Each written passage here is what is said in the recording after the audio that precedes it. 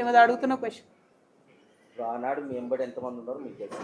ఉమ్మడి మహబూబ్నగర్ జిల్లా వ్యాప్తంగా తెలంగాణ ఉద్యమకారులు ఈరోజు వాళ్ళ భార్యల మంగళసూత్రాలు అమ్మి ఈరోజు వాళ్ళ జీవనాన్ని కొనసాగిస్తారు. వాళ్ళకి ఈ రోజు వరకు ఎటువంటి న్యాయం జరగలేదు. ఇక్కడ మీరు చూస్తుంటే చాలామంది మీ పేరు పెట్టి కూడా మీరు పిలుస్తారు. ఏది వాళ్ళ భవిష్యత్తు ఏంటి? 10 ఏళ్ళు దగ్గర 12 ఏళ్ళు సేమ్ అదే కోవలకు నేను కూడా వస్తాను. దగాపడ్డ ఉద్యమకారుల్లో నేను కూడా ఉంటా.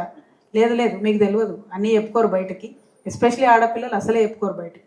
ఇంటి గుట్టు కాపాడాలి, పార్టీ గుట్టు కాపాడాలి, గుంబనంగా తెలంగాణ రాష్ట్రాన్ని అభివృద్ధి చేసుకోవాలని అనేకమైనటువంటి అంశాలను నేను కూడా చెప్పాలి. పర్సనల్ ఇష్యూస్ అవసరం లేదు. సో అల్టిమేట్గా నేను అనేది ఏంటంటే రేపటి నాడు జాగృతి ద్వారా ముందుకు వచ్చేది కూడా దగాపడ్డటువంటి ఉద్యమకారులను దగ్గరికి తీసుకోవాలి, వారికి న్యాయం చేయాలి, వారికి ఎంత వీలైతే అంత నేను నా తరఫున ఎట్లా చేయాలి, పొలిటికల్గా ఎట్లా ఎంపవర్ చేయాలి, అన్ని రకాలుగా ఆలోచన చేసుకుంటాం. ఇప్పుడు ఈ ప్రయాణమే అందుకు కాదు, 33 జిల్లాలు తిరిగేదే అందుకు. మీరు చూసుకుంటారు, నేను హైదరాబాద్లో బయలుదేరినప్పుడు ఒక మాట చెప్పిన, నేను 10 సంవత్సరాల్లో ఎంత కొట్లాడినో నాకు తెలుసు, కొన్ని సాధించుకోలేకపోయినా. అన్నిటికన్నా బాధాకరం అమరవీరుల కుటుంబాలందరినీ కూడా అందుకోలేకపోయినాం, చేరుకోలేకపోయినాం. కాబట్టి దాని గురించి కూడా నేను ప్రత్యక్షంగా అమరవీరుల కోసం ఒక కార్యాచరణ తీసుకున్నాను. అమరవీరుల కుటుంబాలకు మనిషికి ₹1,00,00,000 వచ్చేంత వరకు కూడా నేను వెనక్కి వెళ్ళనని కూడా చెప్పిన.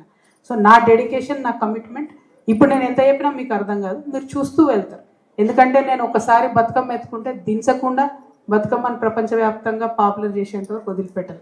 పట్టుబడితే వదిలిపెట్టను అనేటటువంటి ఆలోచన నాకు ఉంటుంది. సో రేపటి నాడు సామాజిక తెలంగాణ సాధించుకోవాలంటే అందులో అందరు కూడా ఉంటారు. దగాపడ్డటువంటి వాళ్ళు, తెలంగాణ ఉద్యమం కోసం సమిధలైనటువంటి వాళ్ళు, పనిచేసిన వాళ్ళు, వాళ్ళందరినీ కూడా కలుపుకొని ముందుకెళ్తారు. Thank you.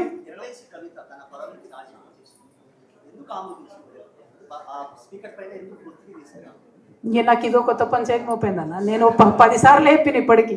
నేను రాజీనామా చేసిన, ఫుల్ కాన్షియస్తో రాజీనామా చేసిన. నా రాజీనామా దయచేసి యాక్సెప్ట్ చేయాలని మళ్ళీ ఒకసారి స్పీకర్ గారిని కోరుతున్నా. ఇప్పుడు వాళ్ళ కాంగ్రెస్ వాళ్ళ పంచాయతీ ఏముందో నాకు తెలియదు. నా రాజీనామా యాక్సెప్ట్ చేస్తే అందులో వాళ్ళ పార్టీలో ఏరిన వాళ్ళందరూ రాజీనామా యాక్సెప్ట్ చేయాలని వాళ్ళది అదో బాధ ఉన్నది. ఇంకోటి నేను లోకల్ బాడీ ఎమ్మెల్సీ, నా రాజీనామా యాక్సెప్ట్ చేస్తే లోకల్ బాడీ ఎలక్షన్లు ఎప్పుడైతే కూడా వాళ్ళకి తెలుస్తలేదు, 6 నెలలలో పెనిక పెట్టాలి. సో వాళ్ళ బాధలకు ఏమున్నాయో నాకు తెలియదు, అందుకని వాళ్ళు యాక్సెప్ట్ చేస్తలేరు. అటు ఇటు వచ్చారు, నా మెడకు పడుతుంది. అయితే మళ్ళీ చెప్తున్నా నేను మీ ద్వారా మహబూబ్నగర్ నుంచి కూడా ముఖ్యమంత్రి గారికి, స్పీకర్ గారికి, దయచేసి నాకు బీఆర్ఎస్ పార్టీతో ఎటువంటి సంబంధం లేదు.